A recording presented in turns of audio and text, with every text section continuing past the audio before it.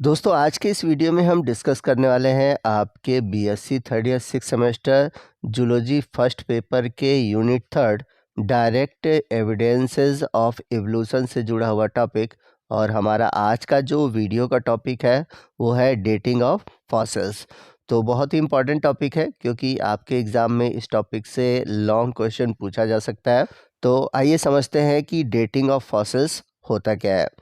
तो अगर हम बात करें इसकी डेफिनेशन की, dating of fossils refers to finding out the age of fossils. यानी कि डेटिंग ऑफ फॉसिल्स का मतलब होता है कि जब हम किसी जीवाश्म के एज का पता लगाते हैं, यानी कि कोई जीवाश्म जो मिला है वह कितना पुराना है, कितने 100 साल पुराना है, तो उसके एज का जो ये निर्धारण है यही कहलाता है डेटिंग ऑफ फॉसिल्स। तो कोई भी फॉसिल्स जो कलेक्ट किया जाता है वो डिपेंड करता है कि वो रॉक यानी कि चट्टान के किस स्ट्रेटा किस लेयर से प्राप्त हुआ है, और उस लेयर के अकॉर्डिंग भी उस जीवाश्म के एज का निर्धारण होता है। तो जो पैलेंटोलॉजिस्ट है यानी कि जो जीवाश्म विज्ञान के वैज्ञानिक है, उन्होंने फॉसिल्स के डेटिंग को 3 मेथड में बांटा गया है। यानी कि जो फॉसिल्स की डेटिंग है वो 3 तरीके से की जा सकती है, और इन 3 तरीकों को 2 पार्ट में डिवाइड किया गया है। पहला है स्ट्रेटोग्राफी, दूसरा है रेडियोमेट्रिक डेटिंग, और तीसरा है नॉन रेडियोमेट्रिक डेटिंग। तो जो स्ट्रेटोग्राफी है इसको हम रिलेटिव डेटिंग मेथड भी कहते हैं, और जो रेडियोमेट्रिक और नॉन रेडियोमेट्रिक है इसे हम एब्सोल्यूट डेटिंग मेथड भी कहते हैं। तो अगर आप इसको डिटेल से पढ़ने जाएंगे तो आपको कहीं कहीं अगर देखेंगे डेटिंग फॉसिल्स की जो होती है वो 2 तरीके से मिलेगी, और कहीं कहीं 3 तरीके से मिलेगा। तो जहाँ 3 तरीके से मिलेगा तो ऐसे लिखा होगा स्ट्रेटोग्राफी, रेडियोमेट्रिक और नॉन रेडियोमेट्रिक, और जहाँ पर 2 तरीकों की बात होगी वहाँ पर लिखा होगा रिलेटिव और एब्सोल्यूट। तो आप इससे कंफ्यूज मत होइएगा। तो आइए चलते हैं डेटिंग ऑफ फॉसिल्स के पहले टाइप की ओर, जिसे हम रिलेटिव डेटिंग कहते हैं, और रिलेटिव डेटिंग को ही स्ट्रेटोग्राफिक डेटिंग कहा जाता है। तो इसमें होता क्या है कि हम रॉक के जो पोजीशन है उसके अकॉर्डिंग फॉसिल्स के एज का पता लगाते हैं।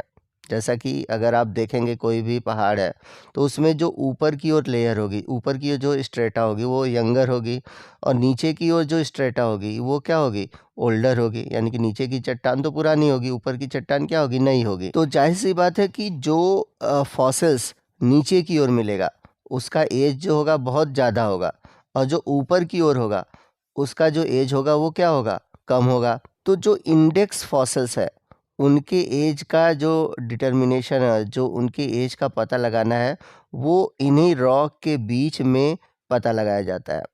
अब यहाँ पर एक बात आती है कि इंडेक्स फॉसिल्स होते क्या है। तो ऐसे जीवाश्म जो कि किसी विशेष जियोलॉजिकल टाइम की विशेषता रखते हैं।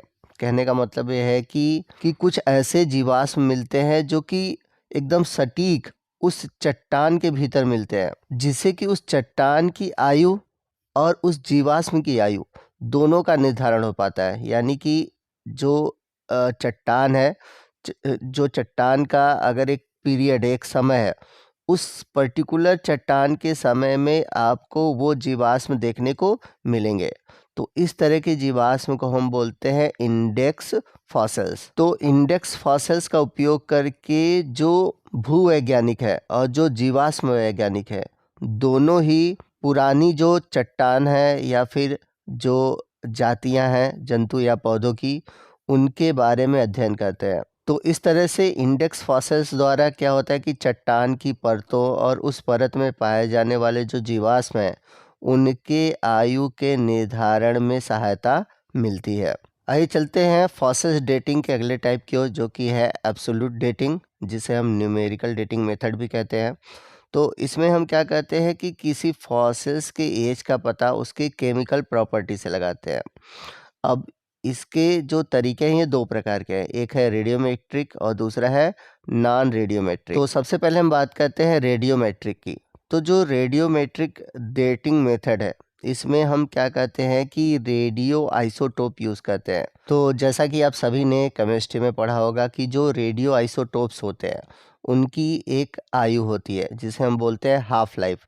यानी कि जितने समय में जो रेडियो आइसोटोप्स है वो अपनी प्रारंभिक मात्रा का आधा हो जाता है, उसे हम बोलते हैं हाफ लाइफ। तो जो वैज्ञानिक है वो क्या कहते हैं कि इन आइसोटोप के हाफ लाइफ से ये डिटरमाइन करते हैं कि वो फॉसिल्स कितना पुराना है, यानी कि देखते हैं कि वो रेडियो आइसोटोप जो है उसकी कितनी मात्रा बची हुई है, कितनी मात्रा डीके हुई है, उसी के अकॉर्डिंग फॉसिल्स की आयु का निर्धारण होता है। तो आपको बता दें कि जो रेडियोमेट्रिक डेटिंग मेथड है ये 4 टाइप की होती है। पहला है यूरेनियम लेड मेथड, दूसरा है पोटेशियम आर्गन मेथड, तीसरा है रुबिडियम स्ट्रोंटियम मेथड और चौथा है कार्बन 14 नाइट्रोजन 14 मेथड। तो आइए समझते हैं कि रेडियोमेट्रिक डेटिंग होता कैसे है। ठीक है, जैसे अगर हम बात करें यूरेनियम लेड डेटिंग की, तो इसका जो हाफ लाइफ है वो लगभग है 710 मिलियन ईयर। तो अगर आपको बहुत पुराने जीवाश्म की लाइफ का पता लगाना है तो हम इसी विधि का प्रयोग करते हैं। अब इसमें होता क्या है कि जैसे यूरेनियम है, तो यूरेनियम तब तक अपने आप को कन्वर्ट करेगा, चूँकि ये रेडियो आइसोटोप है तो अनस्टेबल होते हैं क्योंकि इससे रेज निकलती है। तो ये धीरे धीरे जो यूरेनियम है वो लेड में कन्वर्ट होता है। कहने का मतलब है कि कोई भी रेडियो आइसोटोप अनस्टेबल होता है और वो अनस्टेबल आइसोटोप जो है वो आगे चल के स्टेबल एलिमेंट में कन्वर्ट होता है। तो यूरेनियम 235 जो है वो कन्वर्ट होना किस में चाहता है, लेड में होता है, और इसमें कन्वर्ट होने में उसको कितना लगेगा समय, 710 मिलियन ईयर। तो ये जो रेडियोमेट्रिक मेथड है इसके द्वारा हम लगभग 10 मिलियन से 4.5 मिलियन ईयर पुराने जो फॉसिल्स है उनके आयु का निर्धारण कर पाते हैं। सेकेंड जो मेथड है वो है पोटेशियम आर्गन मेथड। तो आपको बता दें कि जो पोटेशियम आर्गन मेथड है ये मोस्ट कॉमन मेथड है। इसलिए एक मोस्ट कॉमन मेथड है क्योंकि जो यूरेनियम होता है वो कम देखने को मिलता है देन पोटेशियम के, तो पोटेशियम आपको ज़्यादा देखने को मिलेगा। तो पोटेशियम आर्गन जो मेथड है इसका जो हाफ लाइफ है वो है लगभग 1.3 बिलियन ईयर, और इसके द्वारा जो पैलेनोजोइक और मीसोजोइक एरा के फॉसिल्स है उनकी लाइफ का पता चलता है, मतलब उस एज में जो जो पाए जाते हैं फॉसिल्स उनके एज का पता लगाया जा सकता है। और इसी विधि का प्रयोग करके जो जुरैसिक एरा में डायनासोर्स थे उनके एज का पता लगाया गया।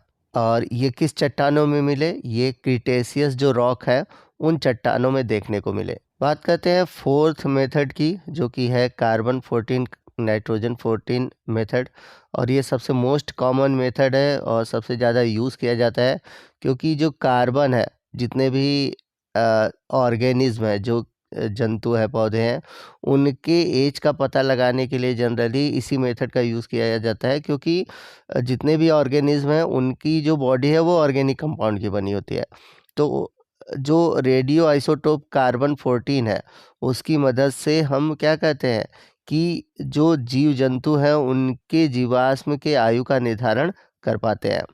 तो कार्बन का जो हाफ लाइफ है वो है लगभग 5730 ईयर। तो कार्बन 14 का यूज़ करके लगभग 100 से 60,000 साल पुराने जो जीवाश्म है उनके आयु का निर्धारण हो पाता है। एब्सोल्यूट डेटिंग का अगला जो टाइप है वो है नॉन रेडियोमेट्रिक डेटिंग, और नॉन रेडियोमेट्रिक डेटिंग में आता है डेंड्रोक्रोनोलॉजी, लाइक्नोमेट्रिक, और इस समय जो रिसेंटली यूज़ हो रहा है मोस्ट पॉपुलर है वो है मॉलिक्यूलर क्लॉक। तो अगर हम बात करें डेंड्रोक्रोनोलॉजी की, तो इसमें ट्री में जो रिंग होते हैं, आपने देखा होगा कि जो बहुत पुराने पेड़ होते हैं उसमें अंदर की ओर आपको रिंग दिखाई देंगे। तो उस रिंग के अकॉर्डिंग क्या कहते हैं कि हम उस प्लांट के एज का निर्धारण करते हैं।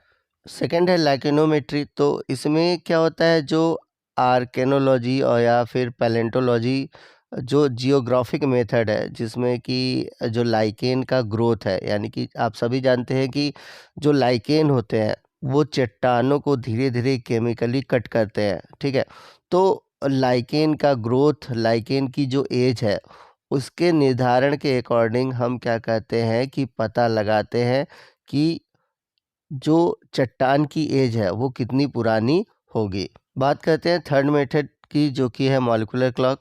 तो इसमें क्या होता है, हम किसी स्पीसीज़ के यानी कि किसी 2 स्पीसीज़ के जो डाइवर्जेंट है और उनका एक जो कॉमन स्पीसीज़ है, तो उनके जो डीएनए में चेंजेस हुआ है, उन डीएनए के चेंजेस को देखते हैं।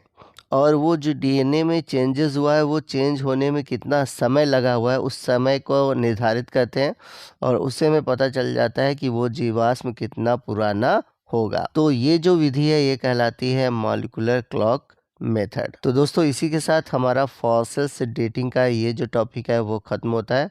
आई होप कि फॉसिल्स डेटिंग कैसे होता है आपको अच्छे से समझ में आ गया होगा। वीडियो अच्छा लगा होगा तो प्लीज़ वीडियो को लाइक करिएगा, अपने दोस्तों में शेयर कीजिएगा और कोई भी डाउट है आप हमसे कमेंट करके पूछ सकते हैं। मिलते हैं अगले वीडियो में अगले टॉपिक के साथ, तब तक के लिए जय हिंद, जय भारत।